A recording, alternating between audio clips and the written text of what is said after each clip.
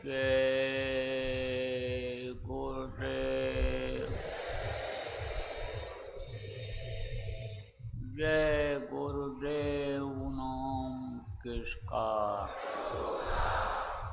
जय गुरुदेव नाम किसका, प्रभु का पावन नाम, प्रभु का पावन नाम। जय गुरुदेव।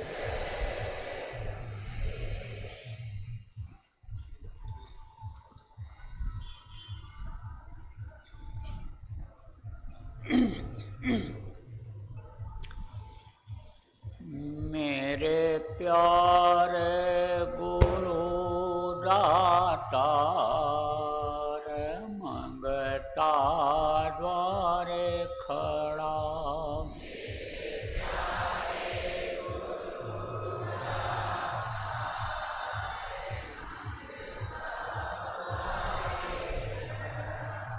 मैं रहा पुकार पुकार, मेहर कर देखो जरा।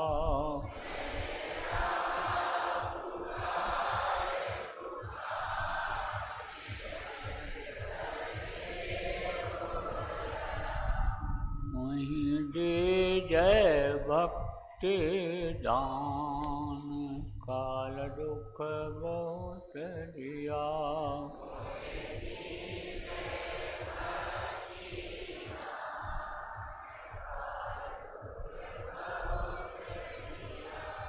मेरी तड़प उठी अमान, तरस को तरस रहा।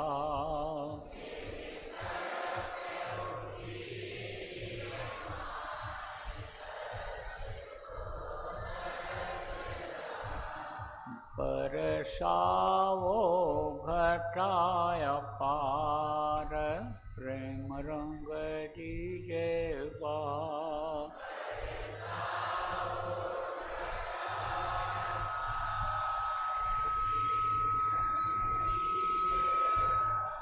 सुरती भी गए अमीर सधार, तन मन होवे हरा।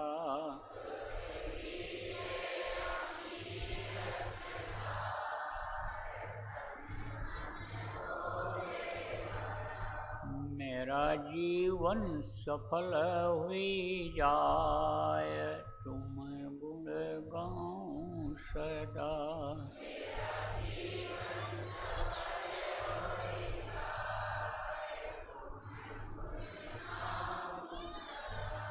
मैं नीच अधम नाकार, तुम्हारे द्वारे पड़ा।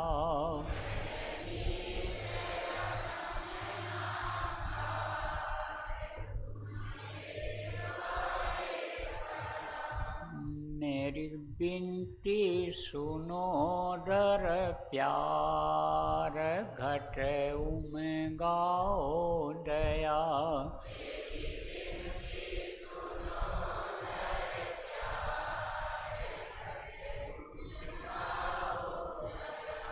स्वामी जी पिता हमार, जल्दी पार किया।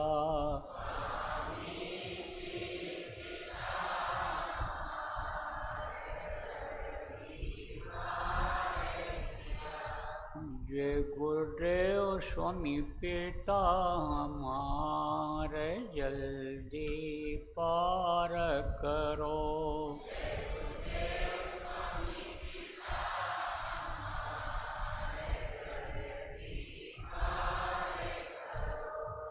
मेरे प्यारे गुरु दातार, मंगता द्वारे खड़ा।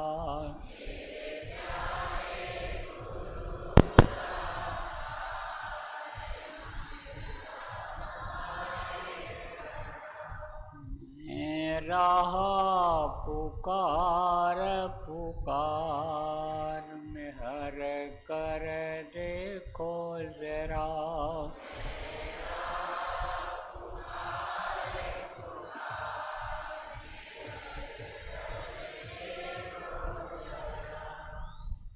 मेहर कर देखो जरा।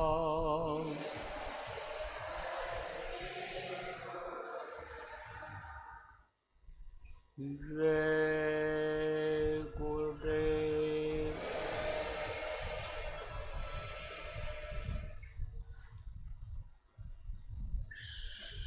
सर्वसमर्थ सर्वत्र स्मरणीय परम पूज्य गुरु जी महाराज, उपस्थित सभी सत्संगी कार्यकर्ता, धर्म प्रेमी बच्चे एवं बच्चियों, आज 31 अगस्त 2024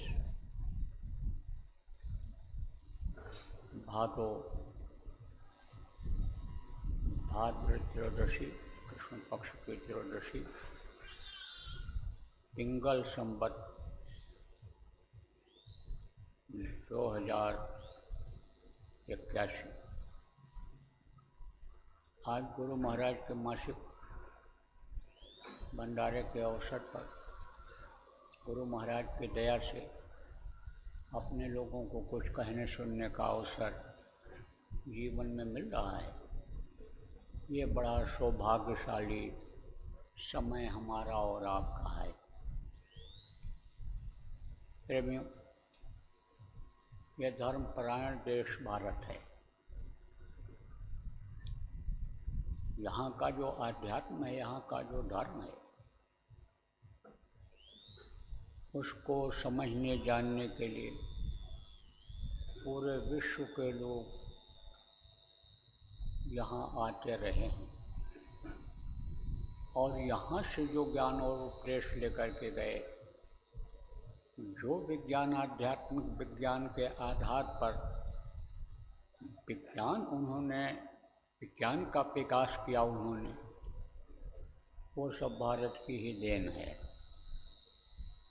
ऋषि मुनि योगी योगेश्वर संतों का प्रादुर्भाव इसी धरती पर हुआ है और जब भी जो रहे हैं, जो भी उपदेश किए हैं, जो भी वाणी बोले हैं, उन वाणियों को अगर हम सुन लें और समझ जाएं तो अभी सब काम बन जाए।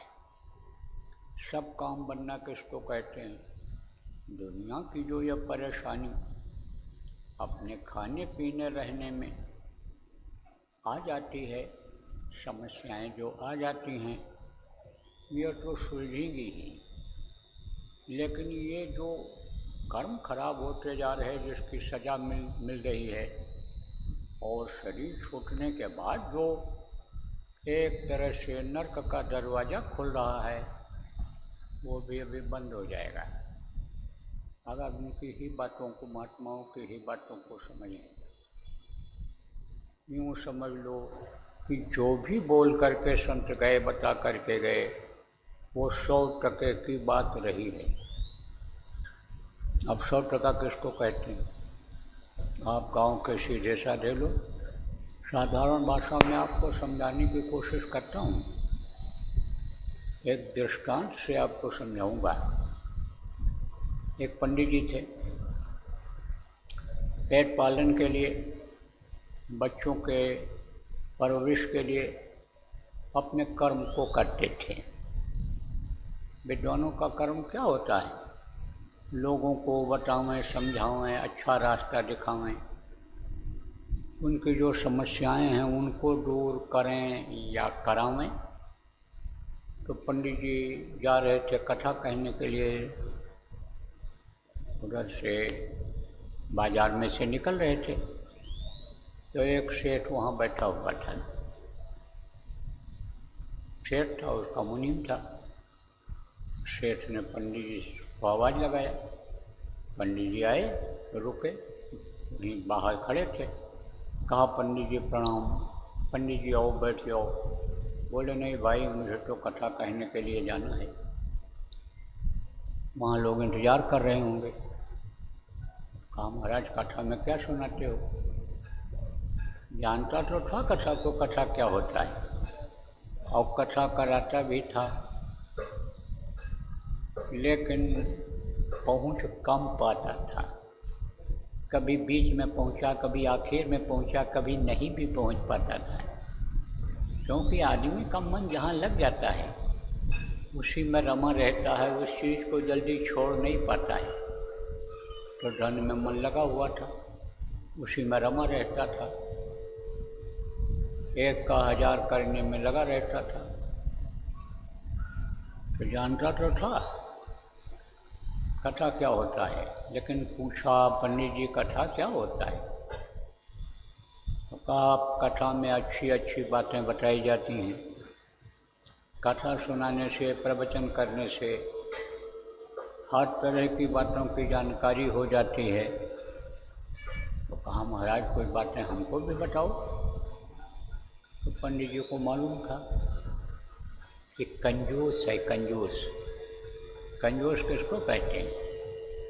चमड़ी जाए लेकिन जमड़ी न जाए, यानी कोई 2 जूता मार दे और कहते 2 रुपया ले लो, तो कहेगा अब सब मार दो कोई बात नहीं है। अगर 2 दिन भूखे रहोगे कुछ नहीं मिलेगा खाने को, लेकिन 200 रुपया मिलेगा तुमको, कहेगा पानी तक नहीं पिएंगे पैसे के लालच में। अब आप सोचो, ये रुपया पैसा कोई लेकर के गया? कोई नहीं लेकर गया, सब यहीं छोड़ करके जाना पड़ता है। लेकिन मन जब लग गया रुपया पैसा इकट्ठा करने में, मन का मोह जब रुपया पैसा से हो गया, तो उससे जल्दी हटता है? नहीं हटता है, बल्कि ज़्यादा हो जाता है तो और ज़्यादा करने में मन लग जाता है, और थोड़ा रहता है तो आदमी अच्छे कामों में भी खर्च कर देता है। कहता है भाई लगाएंगे तो और बढ़ेगा, और बढ़ता भी है। लक्ष्मी कहाँ खुश होती हैं? लक्ष्मी को अच्छे काम में लगाया जाता है तभी खुश होती हैं। तो लक्ष्मी कमाई नहीं जाती हैं, लक्ष्मी आकर रुक जाती हैं, वहीं बैठ जाती हैं, चड्ढी ले लेती हैं, तब वो हटती नहीं है जल्दी। तो पंडित जी ने शर्त रख दिया, कहा देखो बात तो बताएंगे लेकिन टका देना पड़ेगा। टका किसको कहते हैं? रुपया को टका कहते हैं, पैसा को टका कहते हैं। बंगाल में अब भी टका ही बोलते हैं, रुपया को बंगाली में टका ही बोलते हैं। तो कहा टका देना पड़ेगा। बोला बात अच्छी बताओगे, अगर मतलब की बात बताओगे तो टका देंगे। तो पंडित जी थोड़ा जल्दी में थे, क्योंकि वहाँ पंडित जी को टका मिलना था, लेट हो जाते तो लोग चले जाते और वही उनकी कमाई थी। तो पंडित जी ने सोचा कि ज़्यादा बोल देंगे तो कह देगा महाराज जाओ फिर आना। तो कहा 10 टका देना पड़ेगा एक बात का। बोला ठीक है, बात पसंद आ जाएगी, अच्छी बात होगी तो दे देंगे 10 टका। कहा बताओ बात। तब कहा देखो, अपने से छोटा कोई हो और जिससे प्यार मोहब्बत हो, अगर वो ऊंचे ओहदे पर चला जाए तो जहाँ जिस जगह पर रहे वो उसी तरह से उसकी कदर किया जाए। आपसे ऊंची जगह चला गया तो उसी तरह से कदर करना, इज्जत करना है। शेर जी सोचे, बोले बात तो ये सही है, 10 टका देने वाली है, 10 टका दे दिया। बोले अच्छा तो ठीक है, हम जा रहे हैं। पंडित जी बोले जा रहे हैं। सेठ ने कहा बैठो पंडित जी, बैठो, कोई और बात बताओ। अब पंडित जी फिर उसी के ऊपर डालते रहे। बोले तो अब 10 टका और देना पड़ेगा, कि किसी भी तरह छुट्टी दे दे, ये कंजूस तो है ही है। कहा देंगे, बात पसंद आ जाएगी तो। तब कहा कि देखो, अगर कोई आपका हितैषी हो या कोई भी हो, मानवता इंसानियत ये कहती है कि ये ऐसा काम कर रहा है, अब इसमें इसके जान का खतरा हो जाएगा, इसमें जान चली जाएगी, तो उसको बताना नहीं चाहिए, बल्कि पर्दा डाल देना चाहिए। जहाँ जान की खतरा वाली बात आ जाए वहाँ झूठ बोलना भी अन्य समझो कि पाप के, जघन्य पाप के शुमार में नहीं होता है। पाप तो होता है लेकिन उसकी माफ़ी हो जाती है, जघन्य पाप की माफ़ी नहीं होती, तो पर्दा डाल देना चाहिए। बोले हाँ ये बात भी सही बताया आपने। बोले महाराज और कोई बात बताओ पंडित जी। बोले तो फिर 10% और 10% और देना पड़ेगा। बोले कि हाँ 10% और देंगे। बोले तो अब लाओ, अब निकालो, दो। सोचे पता नहीं बेईमानी आ जाए मन में, निकलवा करके दे दिया। कहा दो भाई मुनीम जी। मुनीम जी बैठे हुए थे, दे दिए। तब कहा तीसरी बात अब सुनो। तीसरी बात, जो काम अपने से नीचे के लोगों से हो जाने को, जो काम नौकर से या माताहत से हो जाने को हो, वो काम आदमी को नहीं करना चाहिए, खुद को नहीं करना चाहिए। बोले हाँ यह भी बात सही है। जो दूसरे से हो जाए क्या फ़ायदा उसको करने से, दौड़ धूप करने, मेहनत करने। दे दो भाई उनको 10% और दे दो। तब कहा कि और बताओ। बोले देखो अब 10% से काम नहीं चलेगा, अब 100% अन्य समझो कि आप दोगे तब बताएंगे, नहीं हम जा रहे हैं। सेठ जी ने कहा पैसा तो बहुत पड़ा है, रुपया बहुत पड़ा है अपने पास, बात सीखो, मौके पर काम आएगा। दे दिया। कहा दे देंगे, 100% दे देंगे। कहा मन यहाँ से हट जाए, उस जगह पर फिर रुकना नहीं चाहिए, वो जगह छोड़ देनी चाहिए। अब जा रहे हैं 4% की बात, 100% की बात बता दी आपको। अब फिर जब ज़रूरत पड़ेगी आपको तब बुलाना, तब फिर और बात बताएंगे। अब उतनी देर में 100 बातें बताते तो 100% का काम होता है। और आपने जब हमारा कोटा पूरा कर दिया तो हम आपको बता के 4 बातें जा रहे हैं, आजमाइश करके देखना सेठ। अब कुछ दिन बीता तो सेठ की हालत हो गई खराब। किस मामले में खराब? लालच में। लालच ज़्यादा किया है और मिलावट मिलावट ये वो सब करने लग गया, उसमें बेईमानी करने लग गया, पैसे के ही चक्कर में, 99 का 100 करने के चक्कर में। पैसे की कमी जब हो गई तब मुनीम से कहा। मुनीम कौन था उसका? उसके पिताजी के समय का बुढ़े का लड़का था वो। जब यानी समझो पिताजी थे सेठ के, मुनीम थे। मुनीम बुढ़े हो गए, ये जब देखने लग गए तो अपने लड़के को उन्होंने कर दिया। कहा भाई मैं बुढ़ा हो गया तो मैं मरने लायक हो गया, आपका कोई काम कर नहीं सकता हूँ। लड़का भी उसी तरह होशियार था, जवान हो गया था वो भी, तो वो मुनीमी करने लग गया। तो मुनीम उसका वफादार था। मुनीम का पिता भी वफादार था सेठ के प्रति। वफादारी किसको कहते हैं? नमक जिसका खाओ उसका आदा करो, नमक हलाली करो, नमक हरामी मत करो। तो नमक हलाल था तो उससे सारी बातें कहते सुनते रहते थे, अपने दिल की बात सेठ। तो सेठ एक दिन बोले कि भाई अब यहाँ तो इज्जत का मामला आ गया, पैसे नहीं रह गए, इज्जत प्रतिष्ठा तो अपनी बहुत है यहाँ, लेकिन पैसे नहीं रह गए तो ये धंधा हो जाएगा बंद, कैसे होगा? चलो कहीं दूसरे जगह चला जाए, पता लगाया जाए, वहीं कोई रोजी रोजगार व्यापार किया जाए। तो बोले कि ठीक है, चल पड़े। अब वो राज्य जो था वो दूर था, जिस राज्य से उनको निकलना था पैदल रास्ता था, उसकी दूरी ज़्यादा थी। तो सेठ जी गए। सेठ जी गए तो थक गए, थक गए तो रुक गए। रुक गए तो लड़के से कहा कि जाओ तुम चले जाओ और वहाँ पता लगाओ कोई रहने की जगह मिल जाए और फिर उसके बाद में पका खा लेंगे। अभी तो ये लो थोड़ा बहुत खा पी लो जो साथ में है और फिर वहाँ पता लगाया जाएगा। तो उसने कहा ठीक है। तो शेर जी तो वहीं रुक गए रास्ते में और वो चला गया, लड़का वहाँ गया।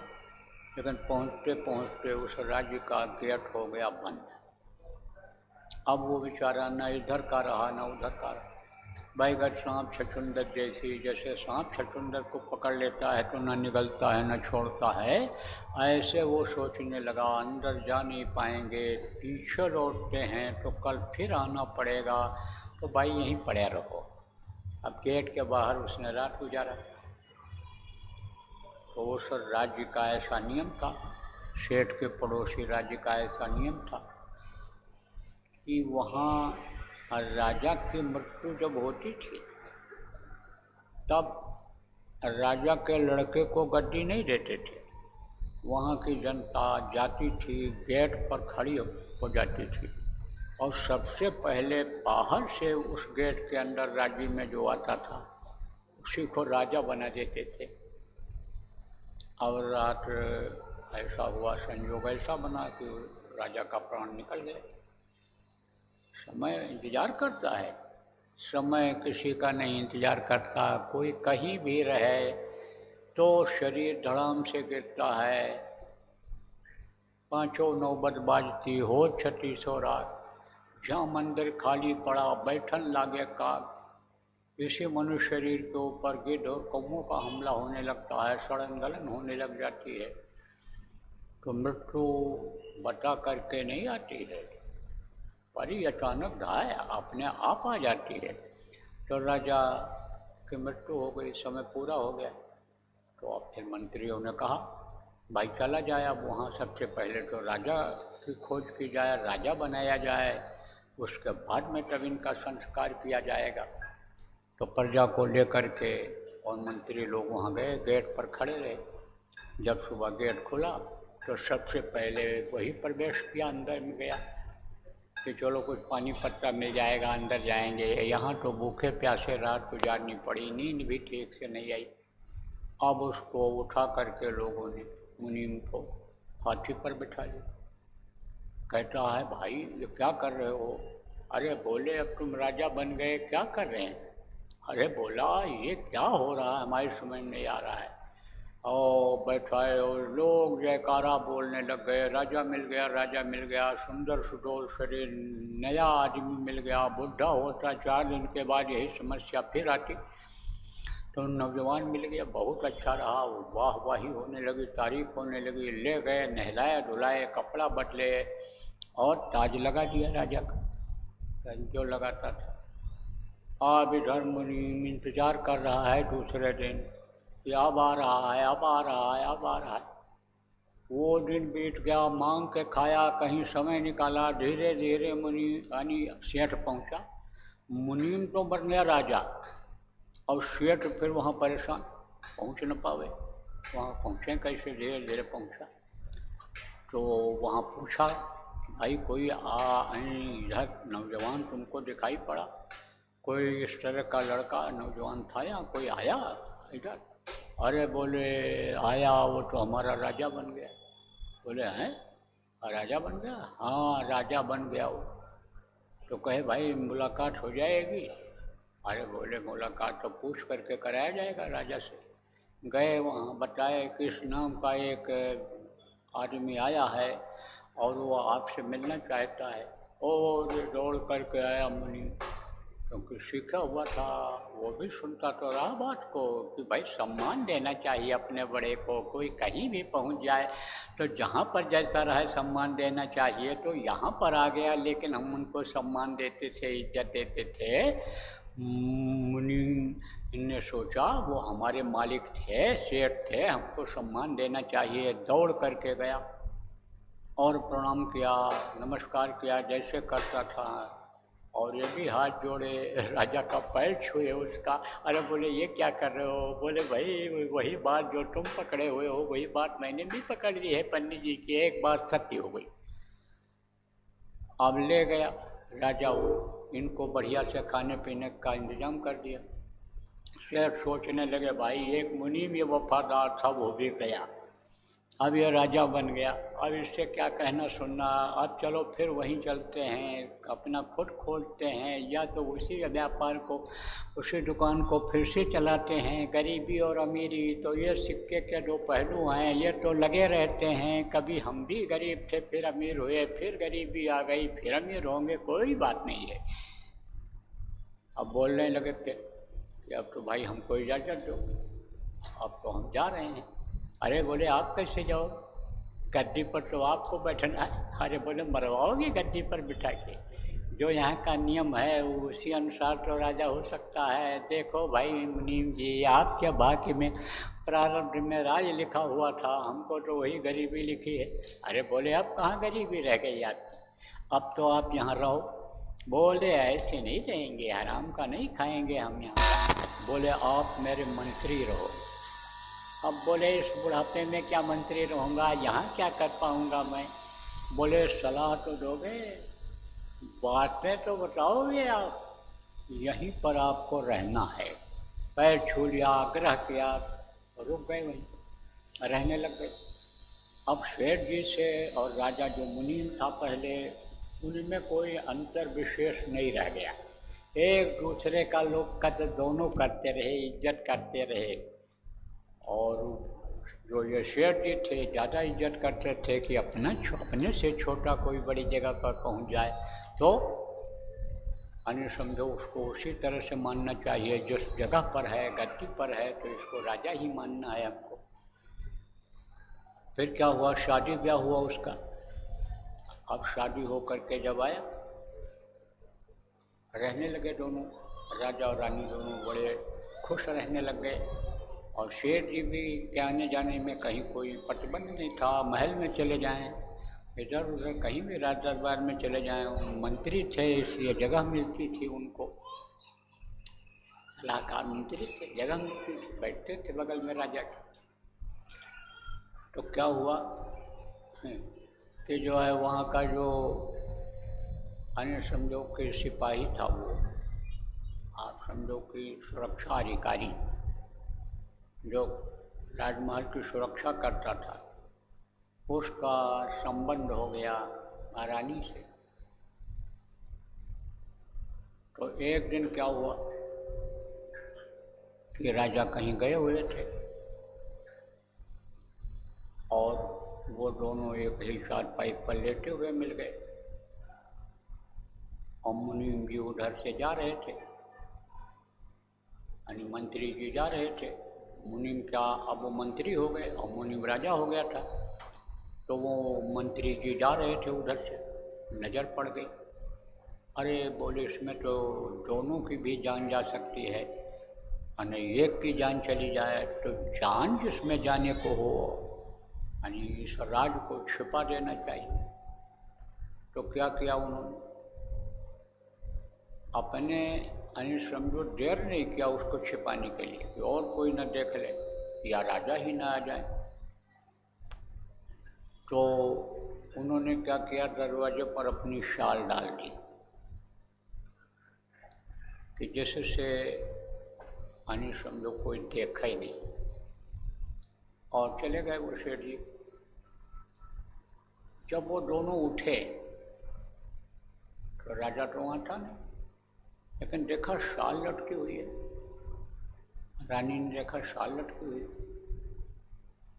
इसका मतलब कोई इधर आया था। सोचने लगा वो सुरक्षा अधिकारी जो था, किसकी शाल है, किसकी शाल है। रानी ने कहा यह मंत्री की शाल है, वो देखो यहाँ आया था और वही बताएगा। बड़ी घनिष्ठता है राजा से उसकी, बिल्कुल एकदम से दांत के कांटे की रोटी की दुश्मनी दोस्ती है, तो वही बताएगा। तो रानी ने सोचा कि अब हम ही क्यों न पहले शिकायत कर रहे हैं। और राजा जब सुबह आया तो रानी ही अपना जो है ऐसा रूप बनाया और ऐसा दुखी भाव बनाया कि राजा मजबूर हो गया राज को जानने के लिए। कहा राज है इसमें, हमारे दुखी होने में क्या राज है? तो कहा देखो, आपका जो मंत्री है ये गलत नियत से मेरे पास रात को आया था,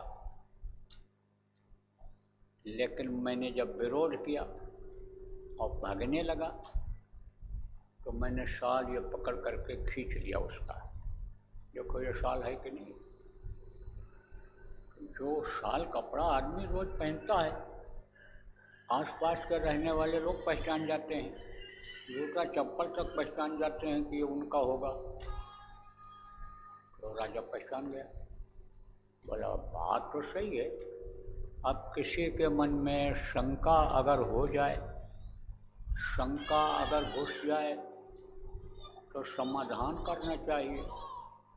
शंका जब हो जाती है तो घर नाश हो जाता है, शंका हो जाती है तो राज नाश हो जाता है, शंका हो जाती है तो देश खत्म हो जाता है। शंका का समाधान होना जरूरी होता है। तो अब शंका हो गई, समाधान नहीं किया उन्होंने, निर्णय ले लिया राजा ने, इसको मरवा ही क्यों न दिया जाए। कहा ठीक है, अब इसको ख़त्म करा देते।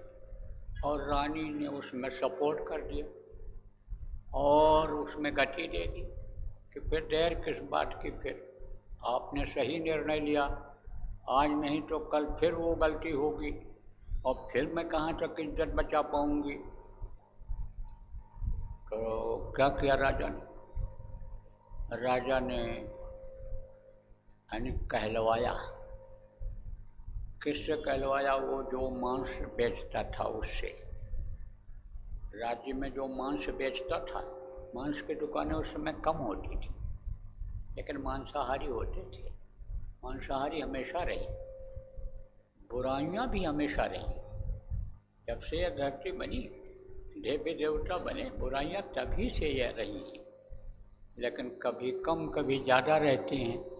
जब संत आते हैं, महात्मा आते हैं, लोगों को समझाते बताते सिखाते हैं, असलियत वास्तविकता बता देते हैं, तब बुराइयां कम हो जाती हैं, अच्छाई ज़्यादा हो जाती है, तो अच्छा समय हो जाता है। उसको धर्म की स्थापना लोग कहते हैं। और वही अत्याचार, पापाचार, दुराचार, व्यभिचार जब ज़्यादा बढ़ जाता है तब कहते हैं भाई पाप बहुत बढ़ गया है। तो मांसाहारी बहुत कम होते थे, एक आध होते थे। तो एक ही दुकान थी, तो उसको कहलवाया कि कल सुबह सबसे पहले जो आपके यहाँ मांस खरीदने के लिए आवे उसी का कत्ल कर दें। तो आदमी लगा दिया राजा ने और कहा उसको पैसे दे देना पहले ही, तो मार देगा, काट देगा। और फिर जब नालिश होगी कि मार दिया इसने, काट दिया, तो राजा लोगों को माफ़ करने का भी अधिकार होता था। कत्ल को माफ़ भी वो कर सकते थे। बोले जब मेरे पास नालिश होगी तब मैं माफ़ कर दूँगा।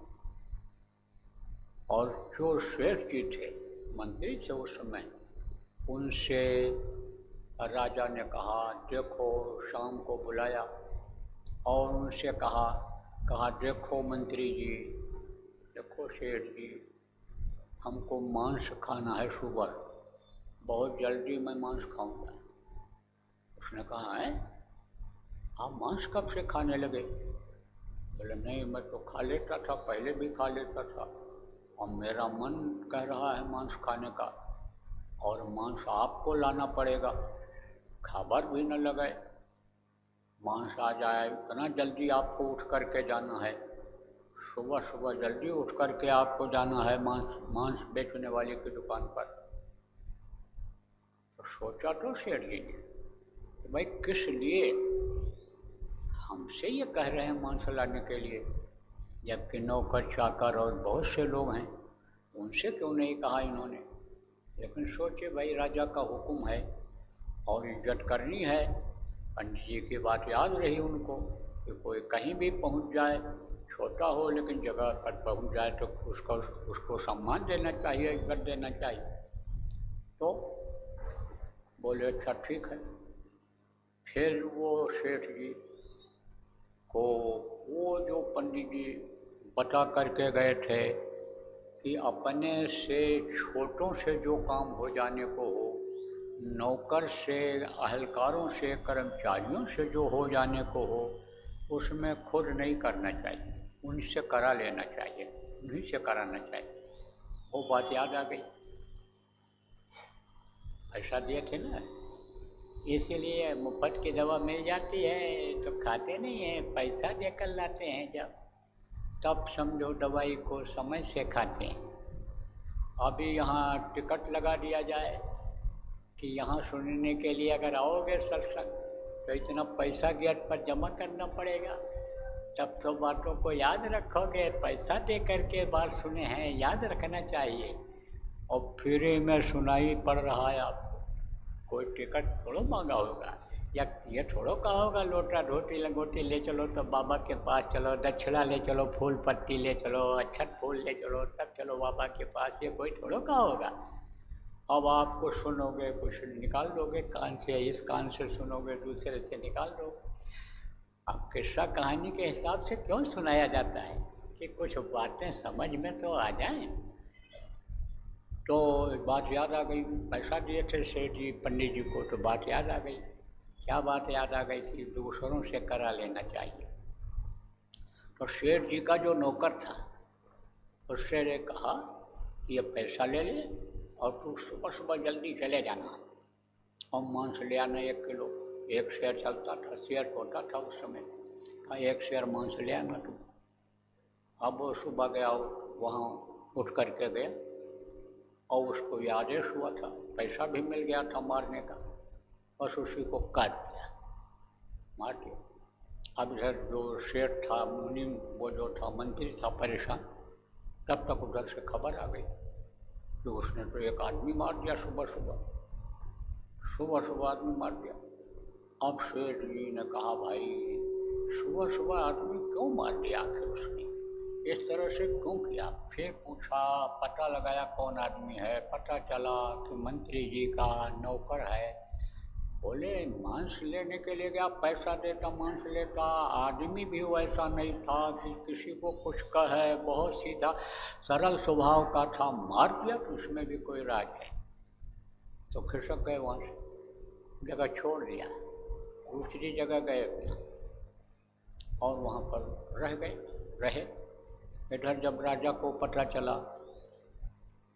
भाई वो आदमी मार दिया गया, राजा सोचने लगा कि मैंने तो उसको भेजा नहीं था, मैंने तो मंत्री को भेजा था, तो ये हुआ कैसे, क्या हुआ है। पता लगाओ मंत्री कहाँ है, तो मंत्री गायब, मंत्री हट गए वहाँ से, मन हट गया वहाँ से। मन क्यों हट गया, इसलिए हट गया कि अगर मैं गया होता राजा मरवा देता, ये जानबूझ करके राजा ने ऐसा किया होगा। तो अब आप ये समझो कि पता लगाने लगे राजा, मंत्री कहाँ गए, मंत्री कहाँ गए, मंत्री कहाँ गए। तब मंत्री का पता चला और उसको तो राजा ने माफ़ करा दिया, और उसके परिवार वालों को जान चली गई, राजा वापस ला पाएंगे। जान बड़ी कीमती होती है, और बिना विचारे जो करे सो पीछे पछताए, और काम बिगाड़े आपने जग में हो ठसाए।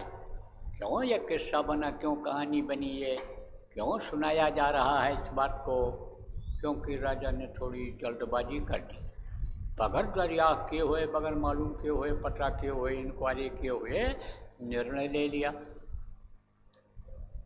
तो राजा ने खोज कराया, तो सेठ जी थे तो वहीं, मंत्री जी उनके वहीं थे। पता लगा, कहा बुलाओ भाई उनको। बुलाया तो कहा कि देखो अब आप बताओ कि इसका रहस्य क्या है, आप बात को बताओ। तब कहा देखो राजन, आप राजा हो और मैं आपका मंत्री हूँ, भले मंत्री हूँ, जनता मंत्री मुझको मानती है, लेकिन आपकी वजह से ही मानती है, और आप अगर निर्णय ले लोगे सच बात मैं बता दूंगा तो फिर उसमें भी मेरी जान चली जाएगी। बोले आपकी कोई जान नहीं जाएगी, साफ बात बताओ, आपको आपके पद प्रतिष्ठा और जान पर कोई खतरा नहीं है, मैं वादा करता हूँ आपसे, आप सच बात बताओ। तब कहा कि देखो आपने रानी के कहने पर ऐसा निर्णय लिया है, हमारा यह अध्ययन है, अनुभव है जीवन का कि आपने ऐसा निर्णय ले लिया होगा। और रानी मुझसे नाराज हो गई तब उसने आपसे कुछ कहा होगा। बोले नाराज क्यों हुई, सही बात आप बताओ। बोले आप पर से मेरा विश्वास कैसे हटा, पहले आप ये बताओ। बोले भाई उसके कहने में विश्वास मेरा हट गया, सही बात आप बताओ। तब सही बात जब उन्होंने बताया तो राजा को बड़ा पश्चाताप हुआ। एक तो निर्दोष को दोषी बनाने जा रहे थे, इसके लिए पश्चाताप हुआ। अपना मंत्री खोने जा रहे थे, अपना मालिक सेठ खोने जा रहे थे। और दूसरा पश्चाताप हुआ, जान वापस नहीं आ सकती है, अब कैसे होगा, उसके बच्चों को क्या समझाएंगे, क्या बताएंगे। एक ही विकल्प बचा था, रुपया पैसा गुजारे के लिए दे करके उनको शांत किया, उनको भी संतुष्ट किया। और मंत्री से कहा कि मंत्री जी मेरे से गलती हो गई, माफ़ कर। तब उन्होंने कहा अनुभव बड़ी चीज़ होती है, अनुभव करके बिना विचारे ऐसा अब कभी भी आप मत करना, ये मेरा अनुभव कह रहा है। अब राजा बड़ा खुश होगा, भाई अनुभवी आदमी तो है ही नहीं। तो कहा कि ठीक है जाइए आराम करिए। बोले अब यहाँ आराम नहीं करना है, अब तो ये जगह मुझे छोड़ देंगे। बोले क्यों छोड़ोगे आप, ऐसे कैसे जाओगे, मुझको कहाँ छोड़ के जाओगे, मेरे प्रेम को ठुकराओ। बोले चौथी बात याद रखो, 3 बातों को आपने भी देखा आजमाइश किया गया, और चौथी बात पंडित जी की जो 100% दे करके सीखा गया था, उस बात को क्यों बोल रहे हो, जहाँ से मन हट जाए वहाँ रुकना ठीक नहीं होता है। तो मैं अब जा रहा हूँ। कहने का मतलब यह है कि ऐसी ऐसी बातें महात्मा संत बता करके गए हैं, जनहित की बातें, कि अगर उनको हम आप पकड़ लें तो उन्हीं से अभी लोग भी बन जाए, पर लोग भी बन जाए, और ये भवकूप में जो जीव डूब रहा है, उतरा रहा है, फंसा हुआ है, निकल नहीं पा रहा है, इससे भी निकल जाए। तो अभी आपने प्रार्थना सुना, क्या सुना आपने कि मुसाफिर, यानी समझो क्या सुना आपने कि ये क्या है, ये संसार एक तरह से मुसाफिर खाना है, और उसको छोड़ करके एक दिन जाना है, मृत्युलोक को छोड़ करके जाना है। तो रहना तो मृत्युलोक में ही है, इसको छोड़ करके पहले जाओगे कैसे, और जाओगे तो कहाँ जाओगे। अरे जहाँ जाना है वहाँ कहाँ पहुँच पाओगे। अरे भाई अगर कोई मर भी गया, अकाल मृत्यु भी हो गई उम्र पूरी किए हुए बगैर, तो प्रेत योनि में जाना पड़ेगा। तो मनुष्यों को तो भी आराम रहता है, खाने पीने को मांगता है, कोई किसी से तो दे देता है, लेकिन प्रेतों को बहुत दिक्कत रहती है, खाने की दिक्कत रहती है, आप ये समझो आराम नहीं मिलता है उनको, हमेशा वो दुखी रहते हैं, हमेशा जान बचाते फिरते हैं कि कोई ज़बरदस्त प्रेत मिल जाएगा अगर रास्ते में तो मार कूट करके सही कर देगा, क्योंकि भूत को बहुत मारते हैं, और जब मारने लगते हैं तो 10-10 कोस तक आवाज़ जाती है उनकी चिल्लाने की, कोई बचाने वाला नहीं होता है। इसीलिए देखो डरते हैं, हल्का फुल्का भूत लग गया किसी को तो ये जो ओझा सोखा तांत्रिक होते हैं, कोई बड़ा भूत बस में किए होते हैं, उनके पास जब जाता है तो वो डांट फटकार कर मार कर भगा देते हैं, तो आराम मिल जाता है। तो भूत कैसे कहाँ बश में किए हैं, कहते हैं हमने देवी बश में कर लिया, देवता बश में कर लिया, हनुमान जी को बश में कर लिया, हमने जो है इनके ऊपर शीतला आती हैं, दुर्गा आती हैं, इनके ऊपर विष्णु भगवान आते हैं। ऐसे नाटककार लोग दिखाई पड़े कि जो सत्संगियों से कहा जय जो बाबा हमारे सिर पर आते हैं उनके सिर पर आते हैं, ऐसा प्रचार हमको सुनाई पड़ा। तो कहने का मतलब ये है प्रेमियों कि पहले तो जाना नहीं है, जाना है जब समय पूरा हो जाएगा तभी जाना है, तो रहना इसी मृतलोक में है। लेकिन इस चीज़ को ये चीज़ समझ में आ जाए कि जसवा जोगिया रम चलो जसवा बिराना है। बिराना मतलब दूसरे का है, ये चीज़ समझना जरूरी है। किसका देश है ये जिसका देश है उसका नाम है काल भगवान। उनका देश है, उन्होंने ही ये सारी चीज़ें बनाई हैं हमारे आपके खाने के लिए, और ये शरीर भी हमको आपको उन्होंने ही दिया है।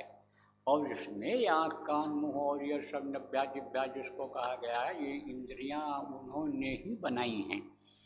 तो ये उनका देश है, ये अपना देश नहीं है।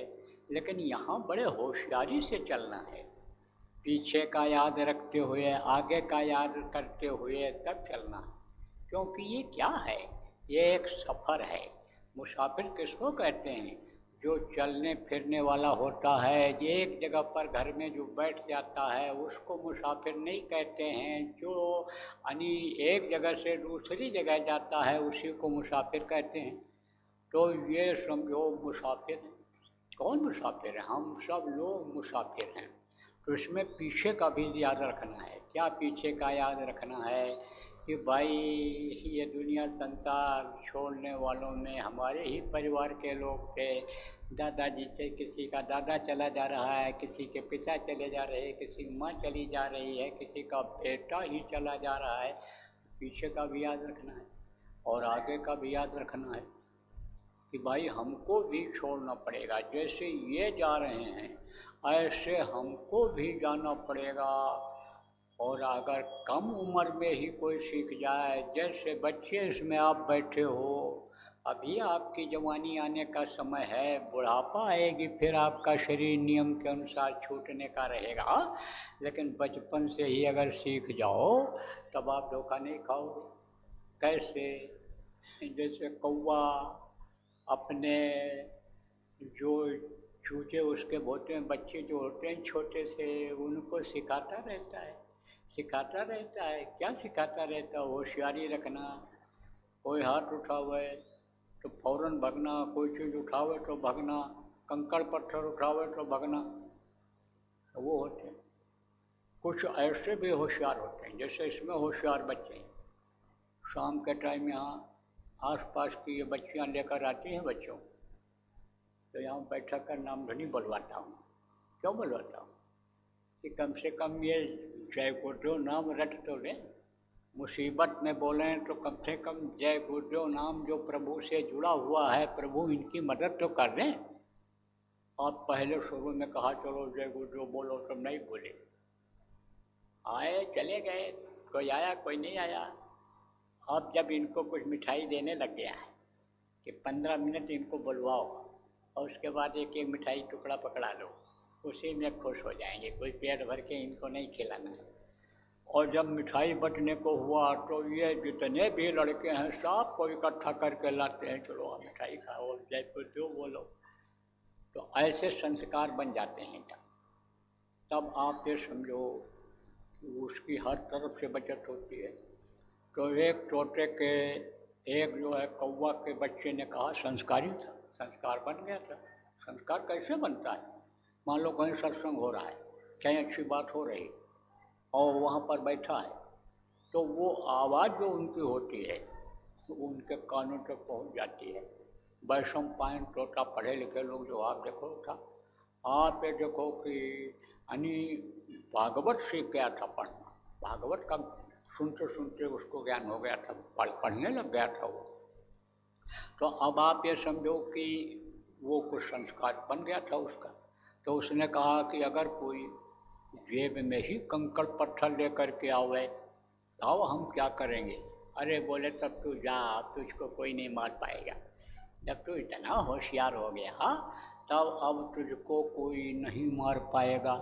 तो ऐसे ही समझो संस्कार जब बन जाता है तब कोई दिक्कत नहीं होती है। तो ये देखना है ये बताना है, आगे का भी सोचना है कि भाई हमको भी ये शरीर छोड़ना पड़ेगा, ये सब चीज़ें छोड़नी पड़ेंगी, और हमको कुछ समझना सीखना चाहिए कि किस तरह से हम रहें यहाँ, किस तरह का एक दूसरे के साथ व्यवहार करें। जो हम दुखी हो रहे हैं वो दुख हमारा कैसे दूर हो, वो ज़रूरी है। तो अब वो कैसे दुख दूर होगा, कैसे ये जो फंस रहे हैं इस फंसाव से दूर कैसे होंगे, उसके लिए सत्संग सुनने की ज़रूरत होती है, संतों की ज़रूरत होती है। क्योंकि संत इस भवसागर को पार करने वाले हुआ करते हैं। आप ये समझो कि जैसे समुद्र में कोई गिर जाए, तो समुद्र में जब गिर जाता है तब उसका कोई ठिकाना नहीं रहता है कि यह बच जाएगा। लेकिन मान लो समुद्र में कोई खंभा मिल जाए, मजबूत जहाज पकड़ में आ जाए, तो पकड़ करके लटका रहेगा। जहाज रुकी हुई लेकिन पकड़ लेगा तो बहाव से रुका रहेगा, वो ना भी चढ़ पावे जहाज के ऊपर, खंभे के ऊपर न भी चढ़ पावे लेकिन पकड़ ले। ऐसे ही संत हुआ करते हैं जो भवसागर में फंसे हुए, जो इंद्रियों के यानी भोग जैसे सागर में फंसे हुए लोगों को निकालते हैं। अब इंद्रियां किसको कहते हैं? देखो, ज्ञान इंद्री और कर्म इंद्री। अब एक कर्म इंद्री जो होती है ये जब तेज हो जाती है या ऐसा कर्म कराने लगती है तो ज्ञान खत्म हो जाता है, बुद्धि भ्रष्ट हो जाती है। जैसे मान लो किसी को व्यभिचार की आदत बन गई, चाहे स्त्री हो चाहे पुरुष हो, तब तो वो समझ लो कि समुद्र में गिर गया। कहते हैं ना कि जल बूढ़ा बच जात है और बहु बूढ़ा बह जाए। अब बूढ़ना इसी को नहीं कहते हैं। खाने का ही अगर किसी को शौक हो गया और खाने की ही आदत अगर बन गई किसी की, तो उसका कोई अंत है? न जिह्वा के स्वाद का अंत है और न नभ्या के स्वाद का अंत है। जब तक ये शरीर रहता है तब तक खिलाता है, हजम भले न हो, लेकिन मन अच्छी ही चीज़ों को खिलाता है, तो वो भी तो उसी में डूब रहा है, उसी में डूब रहा है। बुढ़ापे तक मन बुढ़ा हो गया, शरीर कुछ काम का नहीं है, लेकिन मन इतना जवान रहता है कि जो जवानी में नहीं रहा। तो ये क्या है? ये समझो कि डूबना है। इससे कौन निकालता है? इससे संत निकालते हैं। संतों का साथ इसीलिए कहा गया कि हमेशा रखना चाहिए, करना चाहिए, और संतों का दामन पकड़ना चाहिए, उनको अपना हाथ पकड़ाना चाहिए, तो वो इस भवसागर से पार करा देते हैं। वो इन इंद्रियों के भोग को कम करा देते हैं, भोग से मन हटा देते हैं। मन का जो सरसी है पकड़ने का, चिमटा है पकड़ने का, वो संतों के पास ही हुआ करता है। मन को आज तक कोई मार पाया? सवाल संतों के, मन को कोई नहीं मार पाता है। पूछा था वशिष्ठ जी से रामचंद्र जी ने कि महाराज, मन इतना चंचल है कि जो जिससे सब लोग हार गए। हमारे पूर्वज कितने शक्तिशाली थे, कितने ताकतवर थे, लेकिन उनको भी मन ने गिरा दिया। अरे बोले, मन की चाल को तुम क्या समझोगे, मन के वेग को तुम क्या समझोगे। कोई कह दे कि मैंने समुद्र को अपने ऐसे अंजुली में लेकर के पी लिया तो मुझको विश्वास हो जाएगा। कोई कह दे मैं तो पहाड़ को उठा लिया, हिमालय पहाड़ को, तो भी थोड़ी देर के लिए विश्वास हो जाएगा। लेकिन कोई ये साधारण आदमी का है, ये गृहस्थ आदमी का है कि मैंने वश में कर लिया है, तो बड़ा बैरी या मन घटने, इसी को जीतना कठिन, ये बड़ा कठिन है।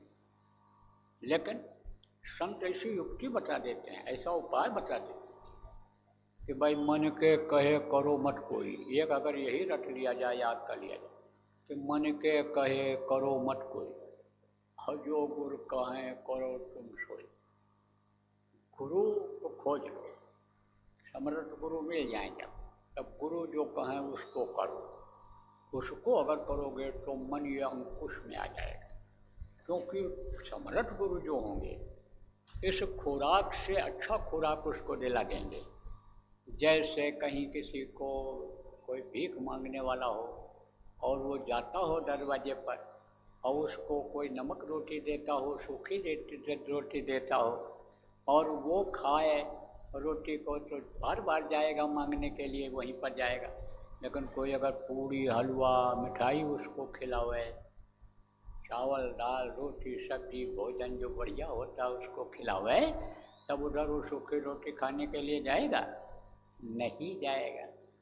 मन को अगर इस बात का ज्ञान हो जाए कि भाई इसमें रस नहीं है, रस किस में है, रस जहाँ से उतरा है वहाँ पर रस है, रस किस में है, जो रस नहीं अमीरी में मन भजो तो नाम, यानी समझो कि नाम में जो रस है, जो रस है नाम भजन में, वो रस नहीं अमीरी में मन भजो तुम नाम, यानी मन के लिए कहा मन तुम नाम को भजो।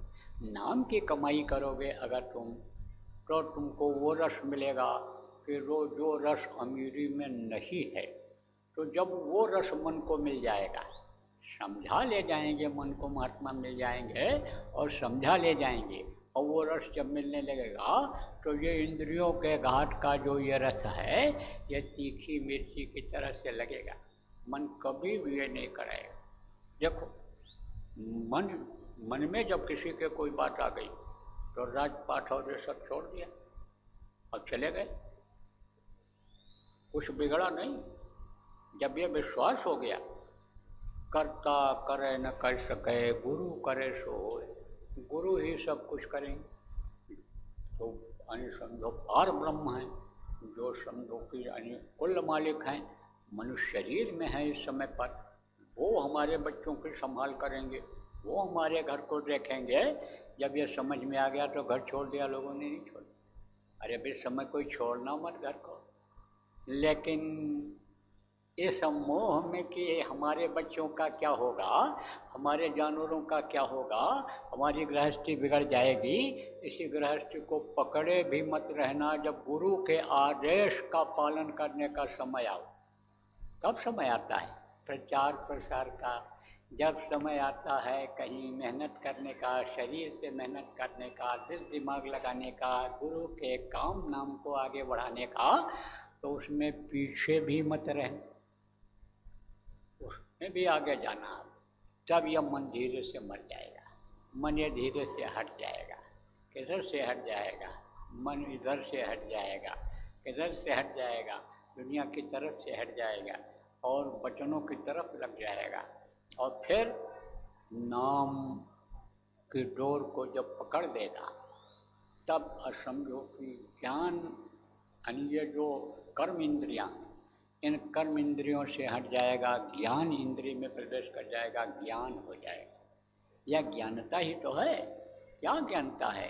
यही कि यही सब कुछ है, यही देवी का स्थान, यही देवता का स्थान, यही भगवान है, यही धन कमाओ, यही धन रुपया पैसा, जड़ माया ही लक्ष्मी है। ये क्या है? यह ज्ञानता है। तो जहाँ अंधेरा रहता है वहाँ और चीज़ की जानकारी नहीं हो पाती है। भाई रात में अगर कोई सोना चांदी हीरा मोती भी कहीं पर रखा हुआ हो तो पता चलेगा अंधेरे में? नहीं पता चलेगा। और उजाला हो जाएगा तो सब दिखाई पड़ेगा। तो जितना भी मणि और मोती है सब कुछ यही है। लेकिन सवाल यह है, राम नाम मणि दीप दर देह देहरी द्वार, और स्वामी भीतर बाहर जो चाहे सुजान। उन्होंने गोस्वामी जी ने राम नाम किसका बताया? यही नाम प्रेमियों जो हमको आपको गुरु महाराज ने बताया। गुरु महाराज के जाने के बाद आपको बताया गया। अगर उस नाम को, अगर आप नाम के प्रकाश को अगर आप प्रकट कर लोगे, क्योंकि नाम में प्रकाश है, नाम में आवाज़ है और नाम में सुगंधी है, नाम में ही सब ये कुछ है, नाम से ही सब जुड़ा हुआ है, सारा संसार नाम से ही जुड़ा हुआ है। तो वो नाम को अगर आप याद कर लो, उसको हृदय में अगर आप बसा लो, तो समझो कि वो मणि प्रकट कर देगा अंदर में। यानी मणि में क्या होता है? रोशनी होती है। धूप में भी रखोगे, सूरज की रोशनी में भी तो भी चमकेगा, अंधेरे में भी चमकेगा। कुछ चीज़ें ऐसी होती हैं कि जो कम चमकीली होती हैं, सूरज की रोशनी में सूरज की रोशनी तेज होती है, वो हल्की होती है तो उसकी चमक छिप जाती है। लेकिन मणि एक ऐसी चीज़ है कि चाहे अंधेरे में रखो चाहे उजाले में रखो, तो वो मणि अगर मिल जाए आपको, जल जाए अगर अंदर में, सूरज अगर शब्द के साथ जुड़ जाए तो अभी रोशनी हो जाए, अभी उजाला हो जाए, और उजाला हो जाए तो अभी सब कुछ आपको इसी घट में मिल जाए, फिर इधर उधर कहीं जाने की ज़रूरत ही न पड़े। देखो प्रेमी, जब नाम प्रकट हो जाता है और नाम का रस जब मिल जाता है, तब आप ये समझो कि उस नाम के रस, उस नाम के जो रस, देखो ये जल होता है, ये जो पीते हो आप, ये जल है, और इसमें अगर घोल दिया जाए, क्या घोल दिया जाए, चीनी घोल दिया जाए तो वो शरबत हो जाएगा। आप ये समझो कि उसी में अगर शहद डाल दिया जाए तो शहद की मिठास आ जाएगी, गुलकंद डाल दोगे तो गुलकंद की मिठास उसमें आ जाएगी। ऐसे ही ये समझो कि ये जो रस है उसका, ये यानी गाढ़ा एक तरह से हो जाता है, रसीला हो जाता है। जो जो ये नाम का रस है, तो वो रस जब मिल जाएगा, वो यानी समझो कि जैसे आप देखो कि जल में, पानी में आप डिटर्जेंट पाउडर, यानी ये जो समझो आपकी ये कपड़ा धोने वाला पाउडर होता है, उसको डाल देते हो तब वो पानी नहीं रह जाता है, वैसा घोल बन जाता है कि वो यानी साफ कर देता है, कि उसको कपड़े को साफ कर देता है, बर्तन को साफ कर देता है, गाड़ी घोड़ा जहाँ भी साफ करना चाहोगे वहीं सफाई हो जाती है। ऐसे ही जो ये कर्मों की सफाई है, वो ऐसा रस होता है कि उसको साफ कर देता है कर्मों को, है ना। यानी जैसे यानी समझो कि नाम जब मिला, महात्माओं ने बताया है, तो अपनी बात थोड़ा बता रहे हैं कि नाम जब मिला उनको, नाम हृदय में जब समाया उनके, और हृदय में नामी को बसाया जब उन्होंने, तो बोले पाप यानी का नाश हो गया। ऐसे चला कि जैसे पुरानी घास के ऊपर यानी एक चिनगारी यानी लग जाए आग की, और वो घास यानी जल करके राख हो जाए, ऐसे ही पाप नष्ट हो गया। और यही पुण्य और पाप, यही यहाँ भी सजा दे रहे हैं शरीर को, और पाप और पुण्य की वजह से ही ये नरकों में भी जाना पड़ता है, और पाप और कर्म खराब होते हैं, पाप बनता है उससे नरक में जाना पड़ता है, पुण्य बन जाता है उससे स्वर्ग में जाना पड़ता है। लेकिन स्वर्ग में पहुंच जाने से मुक्ति जीवात्मा की नहीं होती है, लौट लौट 84 आया। इसलिए पाप पुण्य जब दोनों नाश है, तब पावे ममपद वास है। तो एक काम यही क्यों न कर लिया जाए। अब आप लोग जो नामदानी हो, आप लोग एक काम पहले यही करो, यानी गुरु भक्ति पहले करें, पीछे और उपाय। गुरु तो मिल गए आपको, अब गुरु भक्ति करो, गुरु के आदेश का पालन करो, उसको पहले करो, और बाद में और उपाय। कौन उपाय? खाने का, सोने का, बिस्तर लगाना, खाने का इंतजाम करना, बाल बच्चों की देख रेख, जानवरों की देख रेख, नौकरी, दुकान, दफ्तर का जो भी काम करते हो उसको बाद में करो, पहले इसको कर लो, गुरु भक्ति। अब आपको ये भी बता दें कि अगर आप पहले इसको नहीं किए तो कोई ज़रूरी नहीं कि वो दिन आपका इस काम के लिए होगा, क्योंकि फंसाव है। बताया ना कि भवसागर पड़े हुए हो, कब लहर आ जाए आपको डुबो दे, तो कब किस चीज़ की लहर आ जाए, कैसा दुख सुख आ जाए दिन में, कैसा लोभ लालच मन में आ जाए, और उसमें आपका ये 24 घंटे का समय निकल जाए। इसलिए सुबह सुबह पहला काम यही क्यों न कर लो। कौन सा काम? सुमिरन करने का काम, ध्यान करने का काम, भजन करने का काम, जो प्रेमियों गुरु महाराज ने बताया, आपको बताया गया, तो ये पहले कर लो आप। अब देखो ये जो नए लोग आए हैं, ये कहेंगे हमारे समझ में तो कुछ नहीं आ रहा है, तो हम क्या करें भाई, हमको क्या करना चाहिए। तो नए लोगों के लिए कुछ बातें बता देते हैं। पुराने लोगों की दोहरा जाएंगी, नए लोग आप समझ जाओ। देखो भाई ऐसा है, मोटी बात अब आप के समझो। ये जो मनुष्य शरीर है एक तरह से किराए के मकान की तरह से है, इसको एक दिन खाली कर देना पड़ेगा। यहाँ जितने भी लोग मनुष्य शरीर में आए सबको छोड़ करके जाना पड़ा। आज जिनको लोग भगवान मानते हैं, देवता मानते हैं, जिनकी मूर्ति बना करके पूजा करते हैं, धूप दीप प्रसाद चढ़ाते हैं, फोटो कैलेंडर छाप करके लगाते हैं घरों में कि सुबह उठ करके हम इनका दर्शन करेंगे, भगवान हैं ये, बच्चों को बताएंगे ये भगवान हैं, इनका नाम है राम, इनका नाम है कृष्ण, इनका नाम है शिव जी, इनका नाम है दुर्गा भवानी। ये सब बच्चों को हम सिखाएंगे, पढ़ाएंगे, बताएंगे, धार्मिक बनाएंगे। आप ये समझो जो इसमें से आए मनुष्य शरीर में थे सब छोड़ के चले गए। चाहे राम भगवान रहे हों, चाहे कृष्ण भगवान रहे हों, चाहे महावीर भगवान रहे हों, चाहे नानक भगवान रहे हों, चाहे बुद्ध भगवान रहे हों, जो भी रहे हों। हमारे गुरु महाराज थे, मनुष्य शरीर में वो भी थे, उनको भी तो देव कहते हैं, हम लोग भगवान ही कहते हैं, पहले भी कहते थे, यही सब कुछ है। जो अंतर में उनकी पहचान कर लिया, गुरु को समझ गया, वो तो कहते हैं ये थे तो सर्वज्ञ थे, सर्वव्यापक थे, सर्वसमर्थ थे। और जो आज भी उनको अंतर में पहचान गए हैं, पहचानते हैं, वो तो कहते हैं उस समय भी थे और अब भी हैं, और हमारे अंग संग हैं, हमारे साथ में हैं, और वही सब करते कराते हैं, चाहे हम हों, चाहे हमारे बच्चे हों, चाहे हमारा परिवार हो, चाहे हमारे दोस्त हित मित्र हों, रिश्तेदार हों, जो भी उनको याद करते हैं सबके लिए वही करते हैं। तो कहने का मतलब प्रेमियों ये है कि भाई ये लोग जो भी आए मनुष्य शरीर, ये सब के सब दुनिया संसार नियम के अनुसार छोड़ करके चले गए। और आपको भी जाना है, जाना हमको भी है। हमको ये याद है कि भाई हमारी मौत आएगी आएगी, हम तो मौत को सामने रखते हैं, हथेली पर रखते हैं, इसलिए मौत हमको तकलीफ न दे, यानी हमारा कोई काम न बिगाड़े वो मौत, हमारा ये समय न बर्बाद हो, इसलिए हम समय का उपयोग करते हैं। और आपको भी समय का उपयोग करना चाहिए।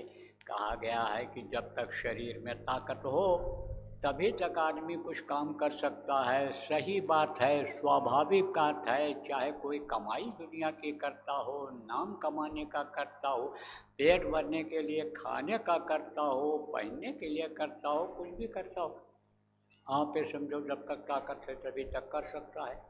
ऐसे ही पूजा पाठ, भगवान का नाम जो भी लेते हैं, किसी भी राम भगवान का नाम लेते हो, देवी देवता का कोई भी लेता है, तो शरीर में जब ताकत रहती है तभी वो कुछ कह पाता है, बोल पाता है। कोई बोल नहीं पाता, कमज़ोर हो गया, उससे कहो अब श्लोक पढ़ो, अब तुम गीता पढ़ो, अब कुरान की आयतें पढ़ो, अब अल्लाह का नाम लो, भगवान का नाम लो, ले पाएगा? कभी भी नहीं ले पाएगा। तो जब तक ताकत है तब तक ही करना चाहिए। जवानी है जब तक है, कर ले निज काज जवानी में। निज काज देखो प्रेमियों क्या है कि यहाँ जब तक रहो सुखी रहो, ऐसा काम करो, दुख और झेलने वाला काम मत करो। और जब ये शरीर छूटे तब ये आत्मा सुखी हो जाए, जन्म मरण से छुटकारा मिल जाए, न जन्मने की पीड़ा बर्दाश्त करनी पड़े और न मरते समय जो तकलीफ होती है वो बर्दाश्त करनी पड़े, ऐसा काम करो। तो आज आपको बताऊंगा वो रास्ता, वो नाम आपको बताऊंगा कि जिस नाम के बोलने से, जिस नाम के जपने से आपका दोनों काम होगा। ये जैसे मैंने बताया कि हृदय में जब से नाम बसा, ये नाम कहाँ जगह बनाता है? अंदर में बसा। अंदर से याद रखना, हृदय से ये न निकलने पावे। आप ये समझो कि हम आपके साथ हमेशा नहीं रहेंगे, और ये जो प्रेमी हैं जो आपको बताए होंगे या साथ लाए होंगे नाम दान दिलाने के लिए, ये लोग भी आपके साथ नहीं रहेंगे। लेकिन आपको इन नामों को अपने हृदय में ग्रहण करना है ना। बाँ छुड़ाए जात हो, बाँ छुड़ाए जात हो, निर्बल जान कर मोल, और हृदय से जो निकलो तो मर्द बखानो तो है। हृदय में जब आ जाता है, जो चीज़ आ जाती है उससे जल्दी नहीं निकलती है। अच्छाई भी नहीं निकलती है, अब बुराई भी नहीं निकलती है। बुराई अगर किसी ने किसी को कुछ कह दिया तो फिर वो घाव जल्दी नहीं भरता है, जगह बना लेता है। इसीलिए कहा जाता है भाई ऐसी वाली वाणी न बोलो कि जिसके अंदर घाव हो जाए, किसी के अंदर जगह बन जाए। तो देखो, इस बात को हृदय में बसा लो, इन नाम को जो मैं बताऊंगा आपको। तो इससे आपका निज काम बनेगा, जो असीला काम है, जिसलिए यह मनुष्य शरीर मिला है, जिसलिए मनुष्य शरीर आपने माँ के पेट में मांगा था कि हमको दे दो एक बार मनुष्य शरीर मिल जाएगा तो हम अब माँ के पेट रूपी नर्क में नहीं आएंगे, प्रभु आपके गोदी में आकर बैठ जाएंगे, आपके चरणों में लिपट जाएंगे, वो काम आपका बन जाएगा, जन्म मरण से छुटकारा पाओ। तो देखो प्रेमियों, नाम दो तरह का होता है, एक मुँह से लेने वाला नाम होता है और एक अंदर का नाम होता है। जिस नाम की आवाज़ सुनाई पड़ती है तो उसको ध्वन्यात्मक नाम कहते हैं। वो उस नाम से जुड़ा हुआ है, उस शब्द से जुड़ा हुआ है जिससे ये सारा संसार बना, अंडपिंड ब्रह्मांड देवी देवता बने, उससे यह नाम जुड़ा हुआ है, 5 नाम। तो उसको बगैर जाने और बगैर समझे, बगैर जाप किए याद किए, कोई इस भव सागर से पार नहीं हो सकता है। इसी में डूबते उतरते रहोगे, हंसते खेलते रहोगे, फिर रोने लग जाओगे, फिर इसी में नहीं समझो समस्याएं आ जाएंगी, फिर सुख आ जाएगा। ये उठा पटकी नौटंकी में जैसे होता है ना, नौटंकी नाटक में क्या होता है, वही आदमी कभी सीता बन जाएगा और कभी राम बन जाएगा, कभी हनुमान बन जाएगा, कभी रावण बन जाएगा। जो जैसा पाठ अन्य समझो कि उसके मैनेजर ने कह दिया आज ये पाठ तुमको करना है, वही पाठ समझो कि उसको करना रहे। जहेबिर उसका ना अन्य नचावे, कौन नचावे उसका जो मालिक है, नट जिसको कहते हैं, नट जिसको नचावे, किसको, मरकट को। मरकट किसको कहते हैं, बंदर को। तो बंदर को कौन नचाता है, वो जो बदारी होता है, जो उसका मालिक होता है, जो पकड़ करके लाता है, गांव गांव में नचा करके, तमाशा दिखा करके पैसा वसूलता है, राशन वसूलता है, वो उसका मालिक है। जैसा नचाएगा वैसा नाचना पड़ेगा। तो देखो, ज़्यादा विस्तार में नहीं जाना चाहता हूँ, नामदान आपको देना है। तो नामदान ये देखो 5 नाम है। यह है ध्वन्यात्मक नाम, मुँह से लेने वाला नाम, और एक नाम ऐसा, ये जो ध्वन्यात्मक नाम है, 5 नाम, इसका सुमिरन जब किया जाता है, इनको जब याद किया जाता है, तब भवसागर से पार व्यू हो पाता है। 5 नाम का सुमिरन करे, संत कहें, तब भव से करे, तभी भवसागर से आदमी पार हो सकता है। और नहीं तो कोई भी नाम है, आप ये समझो कि उसको लेने से भवसागर से पार नहीं हो सकते हो। एक चोला छोड़ोगे, दूसरे चोले में जाना पड़ेगा, फिर वो छूटेगा, तीसरे में 84 लाख बार मरना जीना पड़ता है। सोचो आप, मरते और जीते समय दोनों में बड़ी तकलीफ होती है। तो उससे बचना है, ये 5 नाम जो बताऊंगा उससे बचाएगा, सुख संपत्ति लाएगा, लेकिन लगाव भी उससे हटा देगा आपको। उसी में नहीं फंसे रहोगे जैसे अभी फंसे हुए हो, रहेगा सब कुछ, लेकिन ज़रूरत भर का ही उसका भोग करो। जैसे एक ऐसा होता है कि शरीर को चलाते रहो, जीने के लिए खाओ, एक होता है खाने के लिए जियो, जब तक जियो तब तक दबा के खाते रहो। एक होता है संतान उत्पत्ति ऐसी होती है, खानदान चले, देश का काम होता रहे। एक ऐसा होता है कि एक के बाद दूसरा तीसरा, यानी साल ही नहीं लगता है और कोई यानी 9 महीने पैदा नहीं हुआ तब तक पता चला कि भाई अभी तो दूसरा फिर आ गया पेट में। तो अब यह न समझो कि इसके लिए, तो उधर से ये सब जानकारी जब हो जाती है तब समझो कि एक तरह से यानी गृहस्थी होते हुए भी विरक्ति आती है। तो ये जो नाम आपको बताऊं, इससे आपका अपना काम बनेगा, इससे ज्ञान इंद्रिय आपकी खुलेगी, ज्ञान होगा, भोग इंद्रियों से आप अलग हटोगे। जो पुराने लोग हो, अगर जाप करने लग गए, नाम का सुमिरन 8 माला का रोज करने लग गए, ध्यान भजन करने लग गए, तो इससे आपका लगाव भी कम होगा, आपका काम बनेगा, निज काम बनेगा।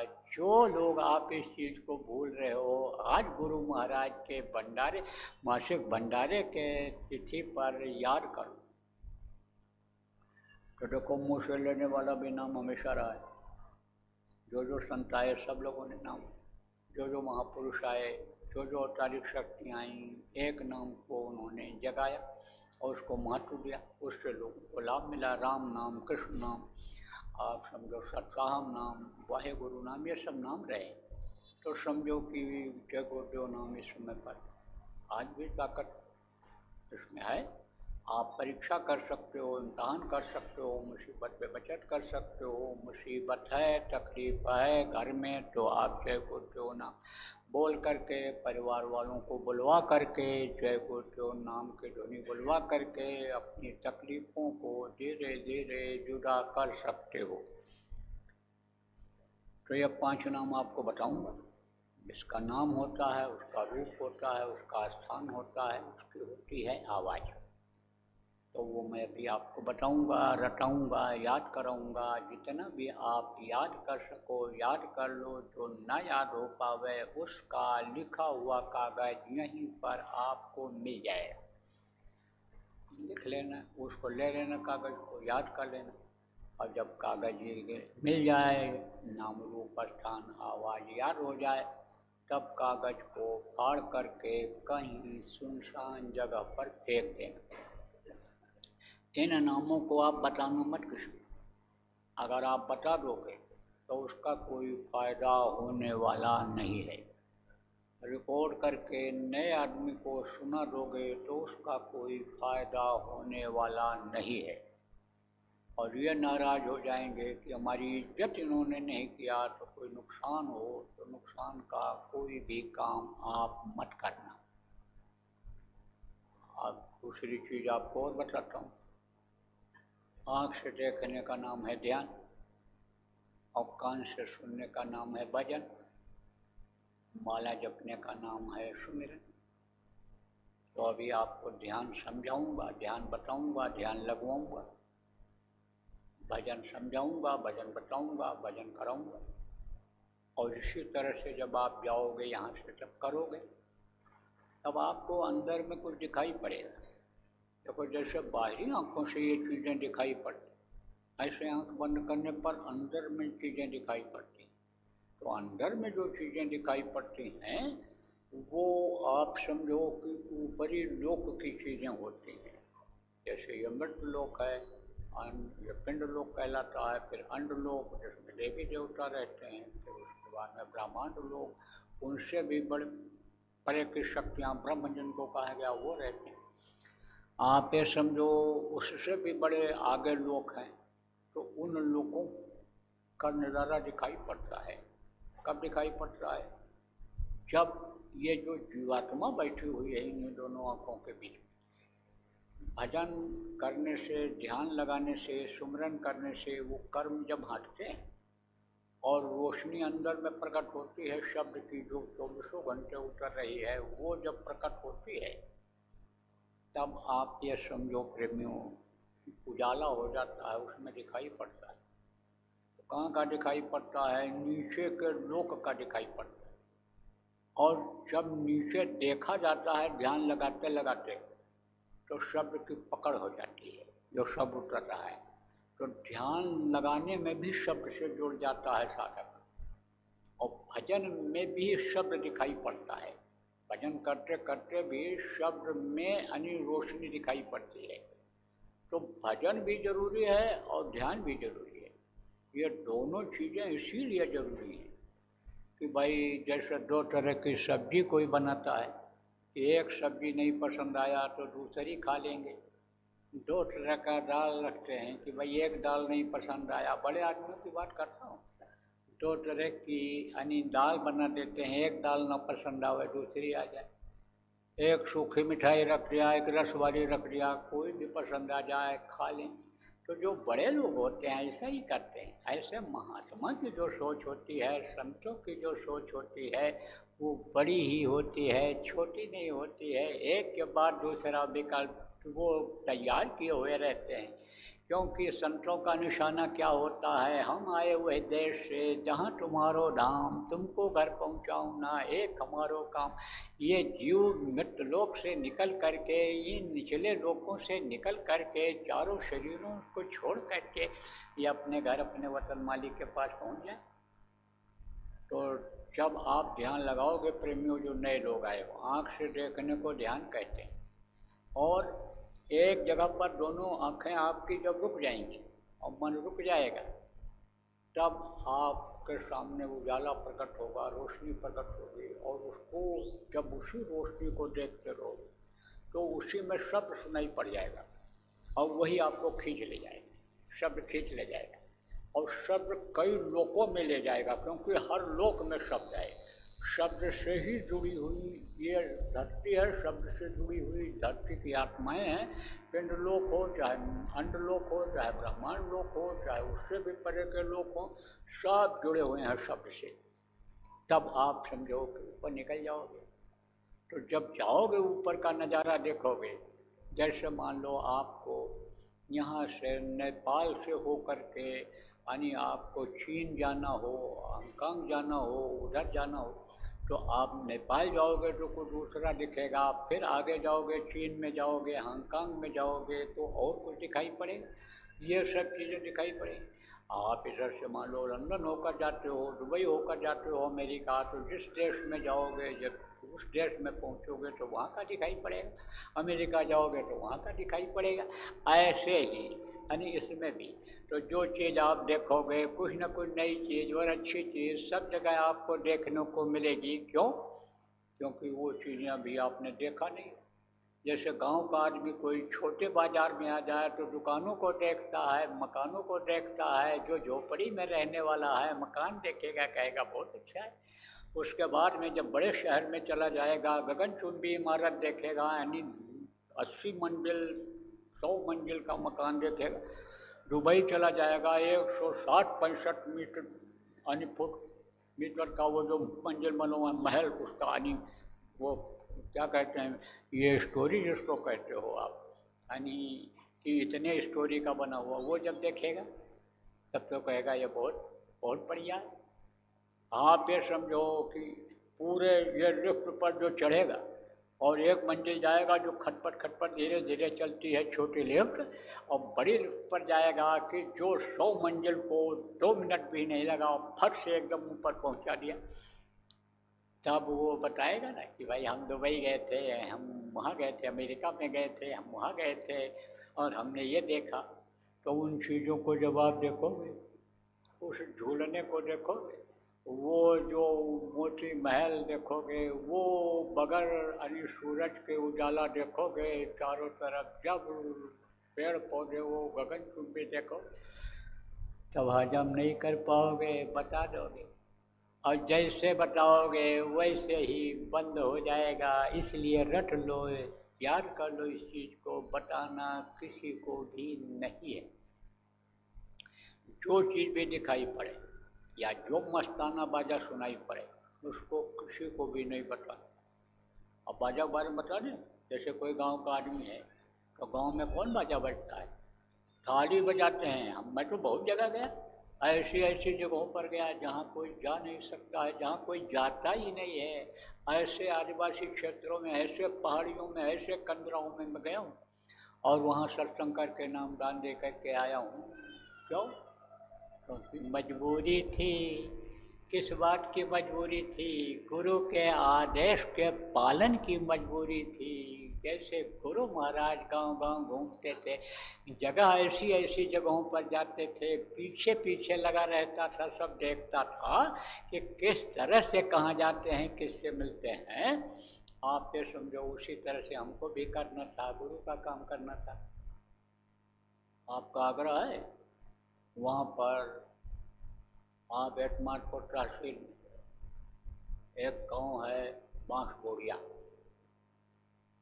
करीब 25 बांसबोरिया, तो वहाँ पर गुरु महाराज गए थे, मैं भी गया। तो थोड़ा किसी का घर ऊँचा, किसी का नीचा, कुछ इस तरह का भी है। बहुत दिन हो गया, गया नहीं। तो वहाँ गांव में प्रेमी थे, तो वो गली में गाड़ी जा नहीं सकती थी, तो स्कूटर पर बैठाया गुरु महाराज। गुरु महाराज स्कूटर पर चलते थे पहले, रात को भी ठंडी में चल पड़े, लाओ लाओ स्कूटर लाओ, और लेकर मैं पहुंच जाता। तो मैं उस समय क्या पहनता था? बोरा टाट। तो बोरा कैसा होता है? एयर कंडीशन जिसको कहते हैं।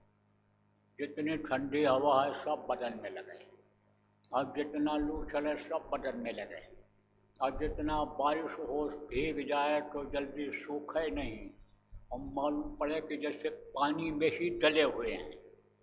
तो मुझको तो ठंडी लगती थी, लेकिन एक निशाना सेवा का बनाया, गुरु राजी तो करता राजी, गुरु को राजी रहना है। वो जब इतनी ठंडी में इस उम्र में स्कूटर पर चलते हैं, गाड़ियाँ खड़ी रहते हुए भी, तो हमको चलना है। तो स्कूटर पर बैठाया और गांव वहाँ घर घर ले गए। तो हर दरवाजे पर रुकता था, घरों में जाते थे गुरु महाराज। तो उधर से जब लौट रहा था तो एक हरिजन का घर था, हरिजन का घर। तो उसने कहा भाई हमारे दरवाजे पर अगर बाबा आए तो हमको उनको ये हमारा मुंह न देखें, हमसे लोग घृणा करते हैं और हम अछूत हैं। तो हमारे यहाँ मतलब ये है कि हमारे दरवाजे से डर अगर मान लो जाएँ तो ये न कहें कि तू क्यों नहीं हट गया, गाँव वाले ही हम पर चढ़ बैठे थे। अब गुरु महाराज जा रहे थे उधर से, बोले अरे रुको रुको रुको रुको रुको, ऐसे कंधा पकड़ के खींचे, रुक गया। तो रुक गया तो ऐसा उतर के चल पड़े। तो हमने भी स्कूटर अन्य समझो कि खड़ा किया, और जब तक हम पहुँचे तब तक गुरु महाराज वो जो जंजीर लगी थी ऊपर दरवाजे में उसको खोल करके और उसके घर में भी चले गए, घूम करके चले आए। और फिर हमसे बोले बंद कर दो, और फिर हम बंद करके फिर दौड़ करके गए स्कूटर पर ठा करके, जहाँ ठहरे थे वहीं एक आश्रम टाइप का बना था, वहीं पर ले गए और वहीं पर पड़ा था, वहीं उतारा गुरु महाराज। तो अब आप ये समझो कि चेला तो उन्हीं का हूँ, इतना मेहनत किया उन्होंने, इतना किसके लिए, जीवों के लिए क्या किया, तो हमको भी उसी तरह से करना है। तो समझो वहाँ जहाँ गया वहाँ कोई एंड बैंड जानता ही नहीं, कोई बाजा जानते ही नहीं, वहाँ तो थाली बजा करके स्वागत करते हैं, समझा। और जिसने नगाड़ा सुना, जिसने वो ऐसे अलग बाजा होता है, गुजरात में भी है, उधर आपके आप पहले जाओ झारखंड में भी वैसा मिलेगा, मध्य प्रदेश में भी वैसा। ऐसे क्षेत्रों जो क्षेत्र विकसित नहीं है, तो अगर कोई थाली बजाने वाला अगर उसको सुने तो सुनने लग जाता है। इसी तरह से वहाँ का आदमी अगर इधर आ जाए, और ये जो मस्ताना बाजा बजता है, पीपी बजाते हैं, जब शादी ब्याह होता है पीछे पीछे चलते हैं, आगे चलते हैं, उसको सुनेगा तो नहीं देखने लगेगा, उसको सुनता है तो उसी को सुनने लग जाता है। ऐसे ही मस्ताना बाजा एक से एक बाजा सुनाई पड़ता है अंतर में, और यह बाजा तो कुछ नहीं है, ये तो नकल है उसकी। वो असल जब सुनोगे तो हजम नहीं कर पाओगे, लोगों को बताने लगोगे कुछ तो अन्य समझो, प्रभुता पाए का हिम्मत नहीं, जब पा जाओगे तो अहंकार हो जाएगा। और कहोगे तुम इसको सुनने में लगे हुए हो, अरे इतना मस्ताना बाजा बजता है होता है, लेकिन समझ लो बताना मत।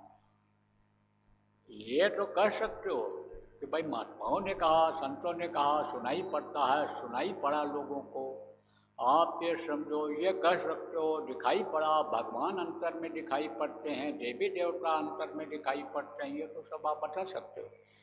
लेकिन रंग रूप अगर बताने लगोगे तो समझ लो कि गूंगे को गुड़ खिलाना होगा। गूंगे को गुड़ खिला तो पूछो कैसा लगा, तो उनको कुछ बता पाएगा? मीठा लगा, खट्टा लगा, तीखा लगा, कुछ बता पाएगा? फिर बहुत सुंदर चीज़ अंधे को दिखाओ, बहरे को तुम बहुत बढ़िया बाजा सुनाओ, तो कुछ बता पाएगा किस तरह बज रहा था? तो जैसे ये बाहर का कान बंद हो गया, अंदर का बाजा नहीं सुनाई पड़ रहा है, अंदर की आंख बंद हो गई तो अंदर की चीज़ नहीं दिखाई पड़ रही है, उसको जब आप बताओगे अंदर ऐसा दिखाई पड़ रहा है, ऐसा सुनाई पड़ रहा है, तो विश्वास करेगा? कभी नहीं करेगा। करेगा कहेगा अरे तुम पागल हो। जैसे मीरा को लोग कहते थे पागल है पागल है, पा गई थी तो वो ऐसा कुछ बोलती थी, कहती थी, रोती थी, चिल्लाती थी, जब दर्शन नहीं होता था लोग कहते थे पागल हो गई है। आप ये समझो जब दर्शन हो जाता था खुश हो जाती थी, नाचने लगती थी, तब लोग कहते थे पागल ही कभी नाचता है और कभी रोता चिल्लाता है, पागल हो गई।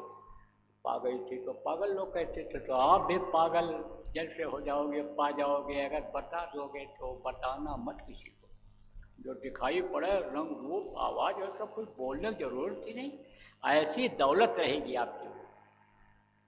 कि जिस दौलत को न तो कोई जला सकता है, न सड़ा सकता है, न चोर चोरी कर सकता है, न आप ये समझो कि उसको कोई राजा अन्य समझ लो हड़प कर सकता है, न प्रजा हड़प कर सकता, कोई कुछ नहीं।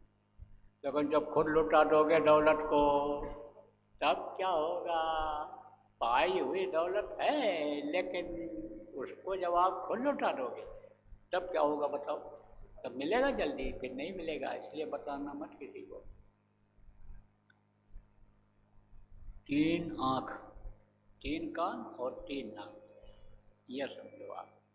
2 आँखें ये बाहर हैं, इससे बाहर की चीज़ दिखाई पड़ती है, और एक आँख अंदर जीवात्मा में, उससे ऊपरी लोगों की चीज़ें दिखाई पड़ती।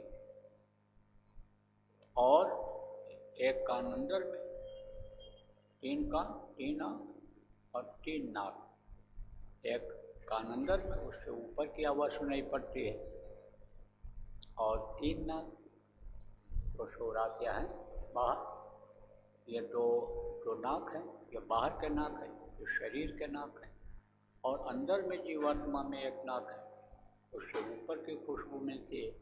जहाँ इससे खुशबू और बदबू दोनों मिलती है, तो बदबू तो वहाँ ऊपर है नहीं, वहाँ खुशबू ही खुशबू है। तो अंदर का नाक खुशबू लेता है और बाहर का एक खुशबू और बदबू दोनों लेता है। बाहर के शरीर को चलाने के लिए नाक की जरूरत है, क्योंकि ये दोनों सुराख हवा लेने और अंदर की गंदी हवा निकालने का काम करते हैं। ये बराबर बदलते रहते हैं। कभी दाहिने नाक से गर्म हवा निकलेगी तो कभी बाएं से निकलेगी। तो इस तरह से ये 2 नाक बाहर, एक नाक अंदर जीवात्मा। 3 आँख, 3 कान, 3 नाक।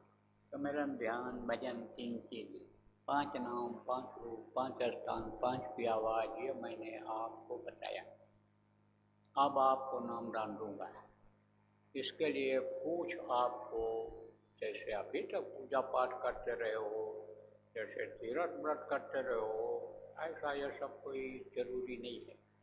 आप मेहनत ईमानदारी की कमाई करना और शाकाहारी भोजन करना। आपको न घर छोड़ना है, न जमीन जायदाद छोड़ना है, न बाल बच्चों को छोड़ना है। आपके पास है, अच्छा खाओ, अच्छा पहनो, अच्छे घर में रहो, कोई दिक्कत नहीं है। हजम जितना कर सकते हो उतना ही खाओ, अच्छा खाओ, सूखा सूखा खाओ, आपके ऊपर निर्भर करता है। लेकिन साग सब्जी, दूध, मलाई, अनाज जो मनुष्य के लिए प्रकृति ने, भगवान ने बनाया, उसी को खाना। किसी भी पशु या पक्षी का मांस आप मत खाना, मछली मत खाना, अंडा आप मत खाना, और शराब जैसे तेज नशे का कोई भी चीज़ हो मत पीना और खाना। चाहे गोली हो, चाहे ये द्रव पदार्थ हो, चाहे आप समझो जड़ी बूटी हो, इसका इस्तेमाल मत करना। ऐसी चीज़ों का प्रयोग मत करना कि होश में न रह जाओ। होश में जब आदमी नहीं रह जाता है तो बुद्धि काम नहीं करती है, बुद्धि खराब हो जाती है मदहोशी में ही। तो मदहोशी वाला काम आप मत करना। आपको नाम दान देता हूँ, यही बात बस समझ लो, मोटी बात, कि हाथ जोड़कर विनय हमारी, और त्यजो नशा बनो शाकाहारी, और छोड़ो के विचार बनो ब्रह्मचारी, और सतयुग लाने की करो तैयारी। क्योंकि सतयुग आने वाला कब आएगा? जिस दिन देश में गौ हत्या बंद हो जाएगी, उसी दिन सतयुग का प्रादुर्भाव हो जाएगा, उसकी किरणें दिखाई पड़ने लग जाएंगी। और जिस दिन सभी तरह के जीवों की हत्या आप ये समझो बंद हो जाएगी, नशे की चीज़ों से लोग दूर हो जाएंगे, व्यभिचार की आदत ये खत्म हो जाएगी, एक नारी ब्रह्मचारी का हिसाब बन जाएगा, एक व्रतधारी एक पत्नीधारी हो जाएगा। जिस दिन देश में ये वातावरण हो जाएगा, उसी समय सतयुग का, जवानी का आप ये समझो रूप दिखाई पड़ने लग जाएगा। तो ये होगा। अब देखेगा कौन? जिसको वो प्रभु दिखाएगा, जिसको गुरु दिखाएगा वो देखेगा, सब नहीं देखेंगे। इसमें भी हम आप में से कोई जरूरी है? अरे हम तो इच्छा रखते हैं देख लें, और आप अगर काम ऐसा करोगे सतयुग देखने का तो आप भी देख पाओगे। और अगर कलयुग के ही चक्कर में रह जाओगे, जो कलयुग अपना इस समय रूप बदल बदल करके आ रहा है, रंग बदल रहा है कलयुग, उस रंग में रंग जाओगे, उस रूप में अगर आप पड़ जाओगे, आ जाओगे, तो कोई गारंटी नहीं है कि जितने लोग आप बैठे हो सतयुग को देख ही लोगे। लेकिन लाया तो जा रहा है सबको दिखाने के लिए कि सब लोग सतयुग देखो, सतयुग का आनंद लो। दुख तो बहुत झेल रहे हो, कलयुग का ठोकर खा रहे हो, कलयुग के मार में पिट रहे हो, तो अच्छा युग भी देख लो। लेकिन जब उसके लायक बन जाओगे तभी तो, जब उसके लायक लोग बन जाएंगे तभी तो सतयुग को देखेंगे। लेकिन क्या नहीं कर सकते हो आप, इतने लोग जो हो। और इतने ही नहीं हो, पूरे देश दुनिया में बहुत से आप शाकाहारी नशा मुक्त हो, बहुत से नामदानी आप हो, आप क्या नहीं कर सकते हो, बहुत कुछ कर सकते हो। हिम्मत होना चाहिए। हिम्मत अगर समझो आदमी के है तो सब चीज़ संभव है, चाहे लोक की चीज़ें हों चाहे परलोक की चीज़ हो, हिम्मत आदमी में होना चाहिए। युक्ति मालूम हो जाए, उपाय मालूम हो जाए, कैसे होना है, कैसे करना है, कैसे लाना है, कैसे आएगा वो, यह मालूम हो जाए तो आप बहुत कुछ कर सकते हो। कोशिश करो लोगों को सतयुगी बनाने के लिए। सतयुग के लायक नहीं रह जाएंगे अगर कलयुगी रहेंगे तो, क्योंकि कलयुग सफाई करेगा, अपने साथ ले जाएगा जब जाने लगेगा। और अगर कलयुगी रह भी जाएंगे तो सतयुग स्वीकार नहीं करेगा, इसलिए सफाई तो होगी। सफाई तो होगी, कूड़ा करकट घर से जैसे निकालते हो ऐसे निकलेगा।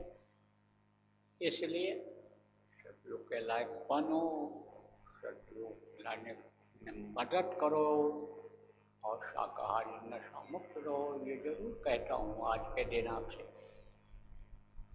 नामदान देता हूँ, बैठो मारो पल, जो जो नाम बोलूँगा बोलो, और जब मैं बोलना बंद कर दूँगा आप भी बोलना बंद कर देना, फिर आपको समझाऊँगा।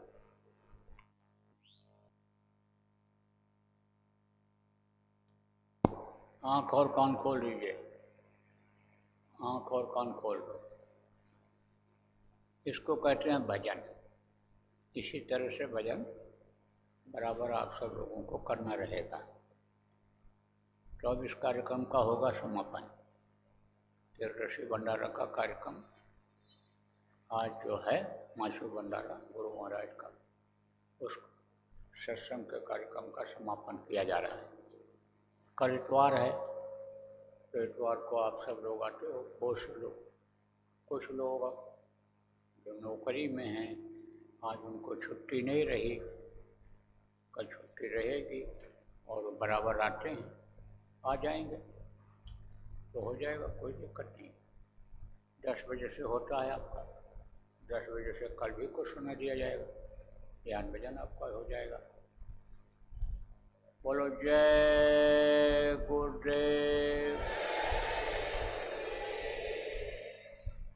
जय गुरुदेव, जय गुरुदेव, जय गुरुदेव नाम किसका, जय गुरुदेव नाम किसका, प्रभु का पावन नाम, प्रभु का पावन नाम। जय गुरुदेव।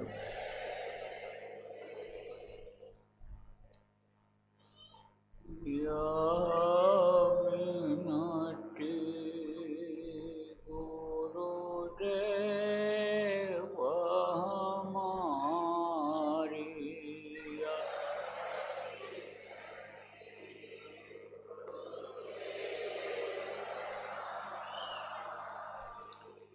गुरु पद स्नेह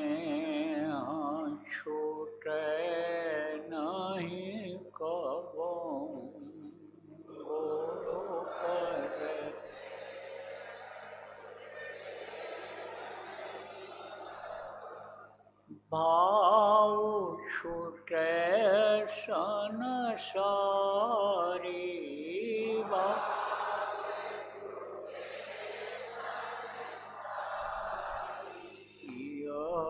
विनती गुरुदेव हमारी।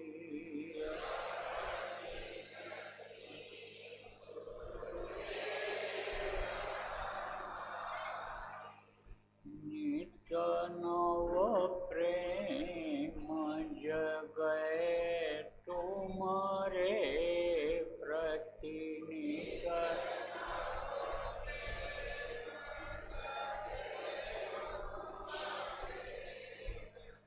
राम नाम आधारी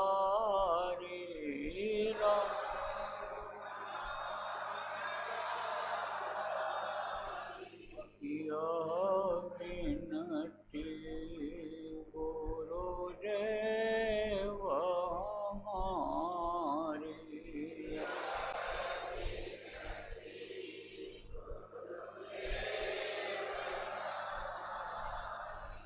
सप्तकूप की सुरति हमारी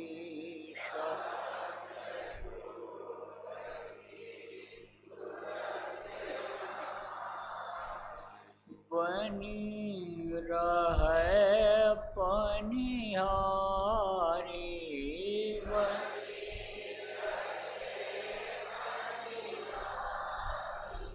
यह विनती गुरुदेव हमारी।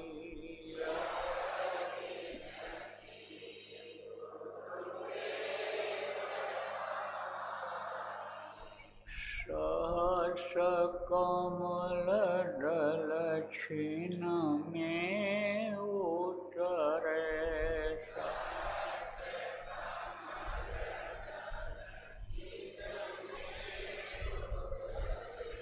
त्रिकुटी लेय समारी।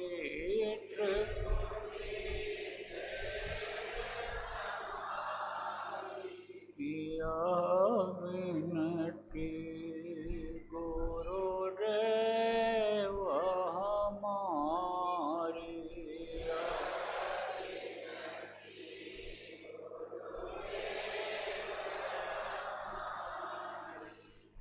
गोपापार सतनाम समाये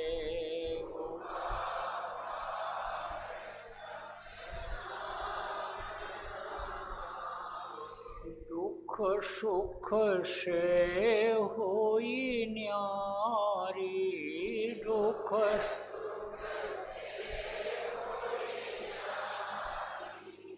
यह विनती गुरुदेव हमारी।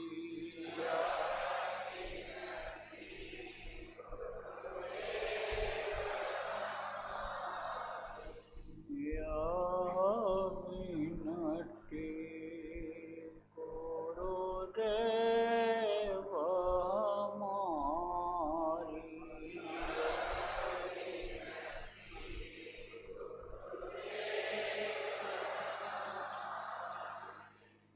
जय